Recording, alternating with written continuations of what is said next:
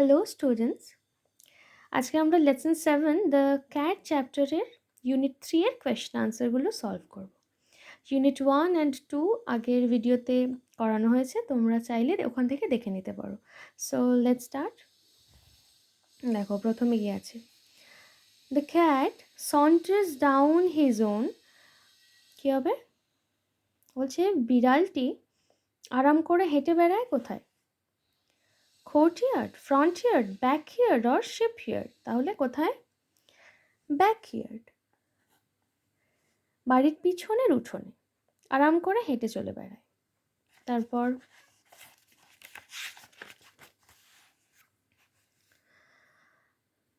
The cat skips to the roof of an empty. কী হবে? Room, shed, floor, corridor. আমরা জানি এটা কি হবে? শেড। বলছে বিড়ালটি কি করে? একটা ফাঁকা বা খালি ছাউনির ছাদের ওপর লাফিয়ে বেড়ায়।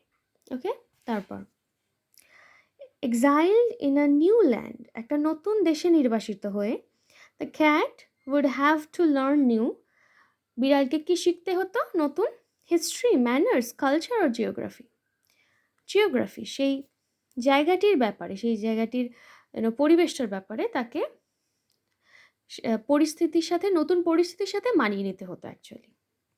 তারপর complete the following sentences with information from the text. তো দেখো এটা,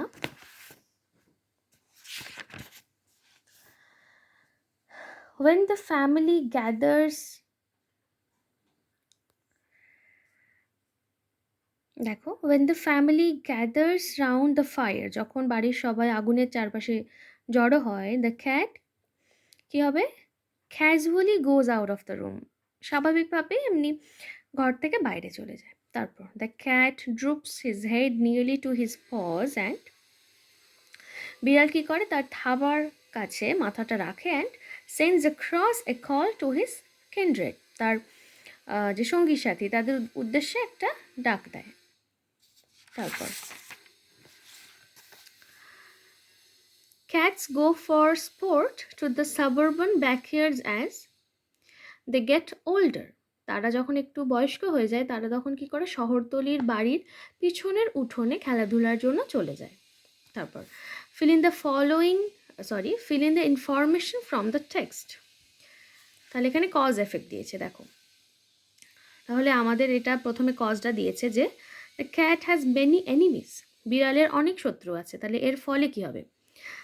he looks keenly from side to side and moves noiselessly, সে এদিক ওদিক খুব আগ্রহের সাথে দেখে এবং কোনো আওয়াজ না করেই চলে যায়।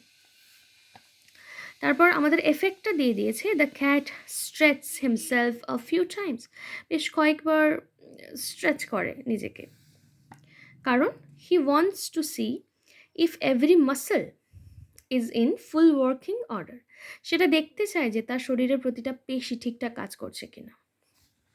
তারপর আমাদের কজটা দিয়ে দিয়েছে the cat knows his friends and every landmark, বিড়াল তার বন্ধুদের জানে এবং প্রতিটা তার ল্যান্ডমার্ক জানে। এর এফেক্টটা কী হবে? এরপর the cat doesn't like to leave his country and the land, কারণ সে যেখানে বাস করছে এবং তার দেশ ছেড়ে কোথাও যেতে চায় না তাই। তো গ্রামারটা দেখো, বলছে স্প্লিট দ্য ফলোয়িং সেন্টেন্সেস, এখানে বাক্য দিয়ে দিয়েছে জয়নিং করে, সেটাকে দুটি আলাদা বাক্যে তোমাকে কনভার্ট করতে হবে।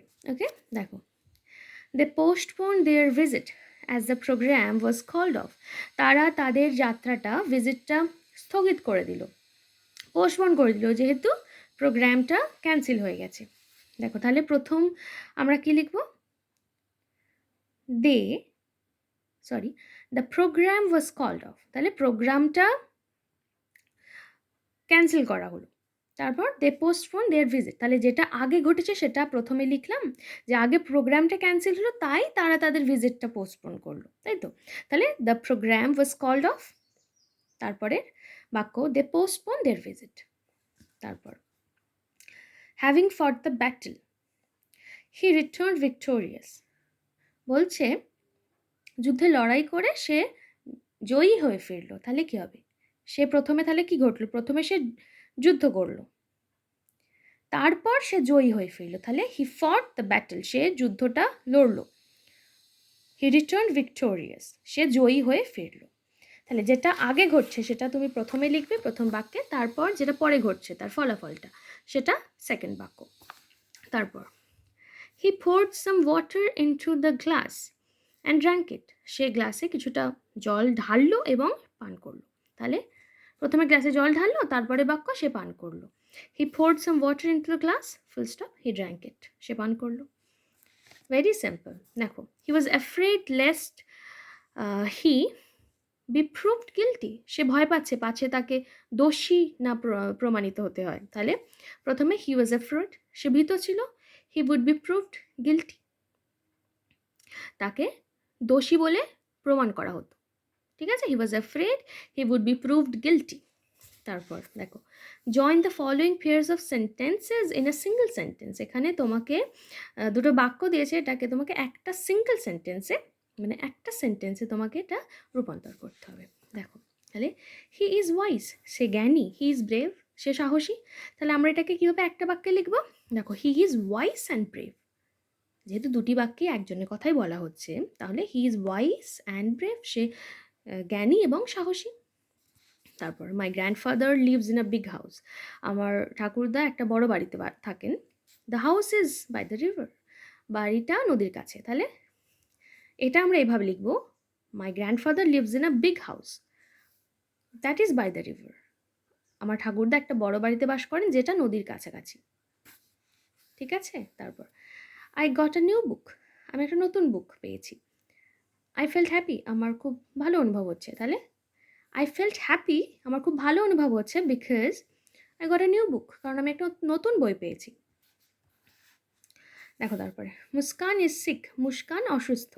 She could not attend the function, সে ফাংশনটা অ্যাটেন্ড করতে পারেনি, ফাংশনে যেতে পারেনি। তাহলে Muskan could not attend the function, Muskan সেই ফাংশনটা অ্যাটেন্ড করতে পারেনি, বিকজ শি ওয়াজ সিক, কারণ সে অসুস্থ ছিল। ঠিক আছে, তো আজকে ইউনিট 3 এর টেক্সট প্লাস গ্রামারটা কভার করা হলো। সো আমরা এর পরে লেসন 8টা নিয়ে ফিরছি। ওকে, সো তোমরা অপেক্ষা করো নেক্সট পার্টের জন্য।